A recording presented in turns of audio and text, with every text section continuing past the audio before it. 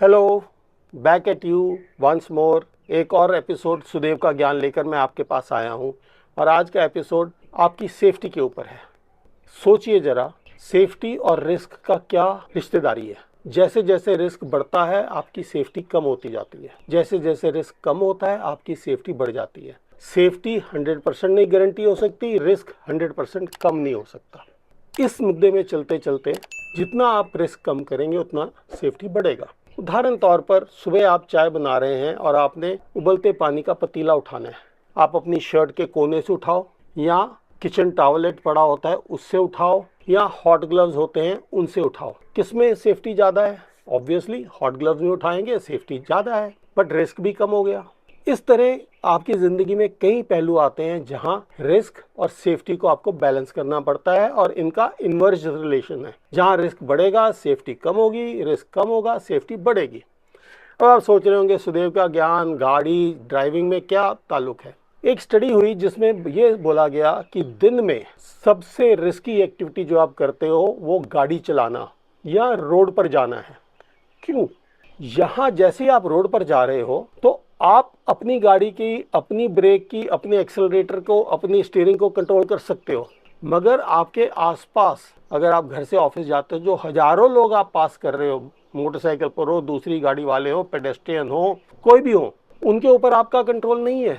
तो ये क्या हो गए? ये वेरिएबल हो गए। जितने वेरिएबल बढ़ेंगे हर वेरिएबल के साथ रिस्क एसोसिएटेड है और उतनी आपकी सेफ्टी कम होगी। अगर आपको सेफ रखना है तो आप अपने ऊपर तक कंट्रोल कर लोगे, गाड़ी आहिस्ता चला लेंगे, गाड़ी सेफली चला लेंगे, जहाँ संकरी जगह है वहाँ नहीं जाएंगे, डिस्टेंस बनाकर रखेंगे दो गाड़ियों के बीच में। मगर बाकी वेरिएबल्स का क्या? ये ज़रा सोचिए। आपकी डेली दिनचर्या में सबसे अनसेफ एक्टिविटी है रोड, क्योंकि वहाँ आप नहीं 100, 200, 1000 लोग आपके क्रॉस कर रहे हैं और उनमें से एक भी गलती करता है, क्षति आपको पहुँचेगी। इसको सोचिए।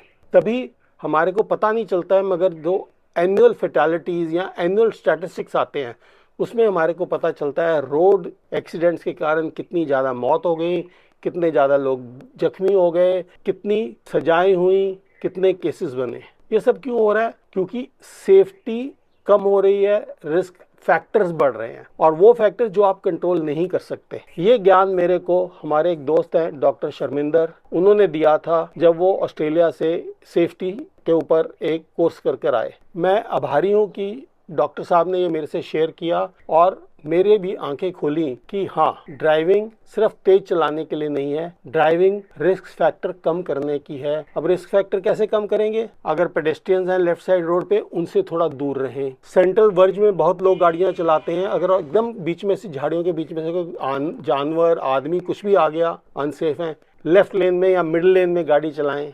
Speed of course, braking distance of course, गाड़ी की कंडीशन, टायर्स, ये सारी चीजें जुड़कर क्यूमुलेटिवली आपकी सेफ्टी थोड़ी बढ़ा सकती है, रिस्क थोड़ा कम कर सकती है। मगर फिर भी रिस्क जीरो नहीं हुआ, सेफ्टी 100% गारंटी नहीं हुई। कई लोग इसको लक कहेंगे, मगर ये आपकी बुद्धिमत्ता के ऊपर भी डिपेंड करता है। चलिए, till we meet again, bye bye, नमस्ते। See you next episode of Sudev का ज्ञान।